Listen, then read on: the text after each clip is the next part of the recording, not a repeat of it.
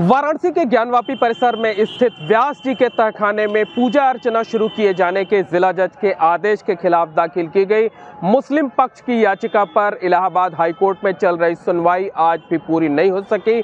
आज तकरीबन 2.5 घंटे तक सुनवाई चली, लेकिन 2.5 घंटे की सुनवाई के बावजूद मुस्लिम पक्ष को कोई अंतरिम राहत नहीं मिली। इलाहाबाद हाईकोर्ट ने मुस्लिम पक्ष की अर्जी पर सुनवाई तो की, लेकिन अंतरिम तौर पर कोई आदेश जारी नहीं किया। पूजा अर्चना पर किसी तरीके की रोक नहीं लगाई। पूजा अर्चना पर रोक नहीं लगने से व्यास जी के तहखाने में 31 जनवरी को जिला जज के आदेश के बाद जो पूजा अर्चना शुरू हुई थी वो लगातार जारी रहेगी। फिलहाल उसमें कोई व्यवधान आने वाला नहीं है। हालांकि मुस्लिम पक्ष की तरफ से आज भी यह अनुरोध किया गया अदालत से कि जब तक अदालत का फैसला अंतिम तौर पर नहीं आ जाता है, 31 जनवरी के फैसले पर रोक लगा दी जाए। यानी वहां जो व्यास जी के तहखाने में पूजा अर्चना चल रही है उस पर रोक लगा दी जाए, लेकिन हाईकोर्ट ने मुस्लिम पक्ष की इस मांग को नहीं माना। बहरहाल इस मामले में 12 फरवरी को फिर से सुनवाई होगी। आगे की सुनवाई होगी इलाहाबाद हाईकोर्ट में जस्टिस रोहित रंजन अग्रवाल की सिंगल बेंच 12 फरवरी को सुबह 10 बजे से फ्रेश केस के तौर पर इस मामले को सुनेगी।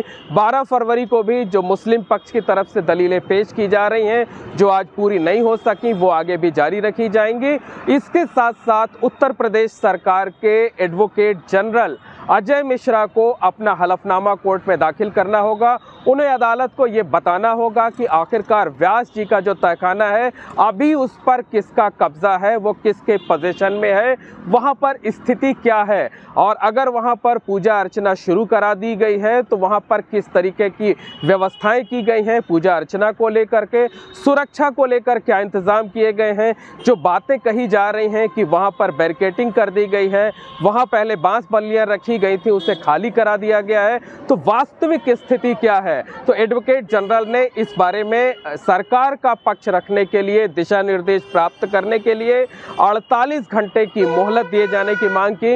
यानी उन्होंने कहा कि उन्हें कम से कम 2 दिनों की मोहलत दी जाए ताकि वो सरकार से दिशा निर्देश प्राप्त करके अदालत के सामने सरकार का पक्ष रख सकें।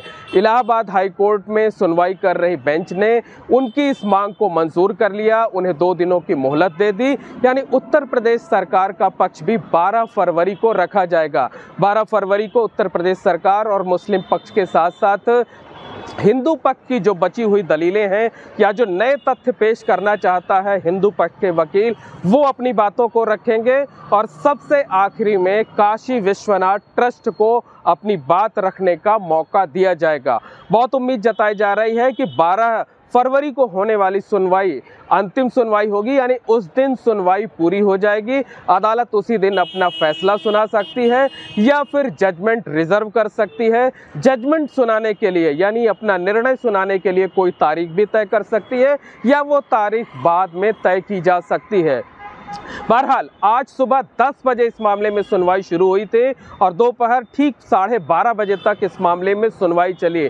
आज सबसे पहले हिंदू पक्ष की तरफ से यानी व्यास जी के परिवार की तरफ से सुप्रीम कोर्ट के सीनियर एडवोकेट हरिशंकर जैन और विष्णु शंकर जैन ने दलीलें पेश की। सबसे ज़्यादा दलीलें हरिशंकर जैन ने पेश की। उन्होंने ये बताया कि व्यास जी का जो तहखाना है वो हमेशा से हिंदुओं के कब्जे में था। व्यास जी का परिवार वहां रहकर पूजा अर्चना कराता था। विष्णु शंकर जैन की तरफ से कुछ ऐसे डॉक्यूमेंट्स पेश किए गए जिसमें 100 साल पहले वहां रामचरितमानस का पाठ कराए जाने का जिक्र था। दावा यह भी किया गया कि सिर्फ 100 साल नहीं बल्कि 200 साल पहले भी वहां नियमित तौर पर रामायण का पाठ किया जाता था। मुस्लिम पक्ष की तरफ से सीनियर एडवोकेट फरमान अब्बास नकवी ने दलीलें पेश की। उन्होंने हिंदू पक्ष के दावे को पूरी तरीके से नकार दिया। उन्होंने कहा कि वहाँ पूजा अर्चना जो होती भी थी वो निजी तौर पर होती थी। वो वहाँ पर जो तहखाना था वो कोई मंदिर नहीं था, वहाँ पर नियमित पूजा अर्चना नहीं होती थी बल्कि वो मस्जिद का स्टोर रूम था। वहाँ बांस बल्लियाँ रखी जाती थी और पूजा अर्चना किए जाने का जो दावा है वो पूरी तरीके से गलत है। 1993 में सरकार के आदेश पर इस जगह को बंद कर दिया गया था और वहाँ पर साल में सिर्फ एक बार पूजा करने की इजाज़त दी जाती थी, वो भी कोर्ट के आदेश पर। और एक बार जो आदेश दिया गया वो उस लगातार अमल होता चला आ रहा था। बहरहाल इस पूरे मामले में 2.5 घंटे तक दोनों पक्षों ने बड़ी दलीलें पेश की। बीच बीच में सुनवाई कर रहे जस्टिस रोहित रंजन अग्रवाल ने तमाम सवाल किए। मुस्लिम पक्ष की तरफ से ये दलील दी गई कि 31 जनवरी का जिला जज का जो आदेश था वो आदेश गलत था, क्योंकि उसमें कोई आवेदन ही नहीं किया गया था और जज ने अपनी मर्जी से जो है उस मामले में फैसला सुनाया।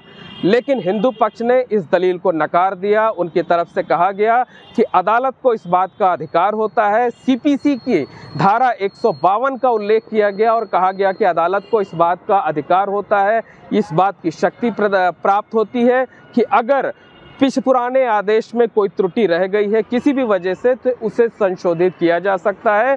वाराणसी के ताखाने के मामले में भी जिला जज ने यही किया, उनके पास इस तरह का करने की शक्तियां हासिल थीं।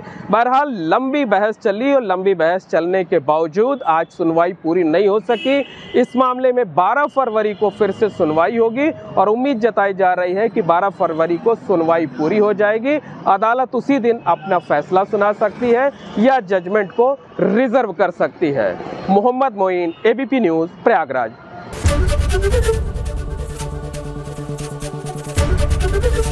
एबीपी गंगा, खबर आपकी, जुबान आपकी।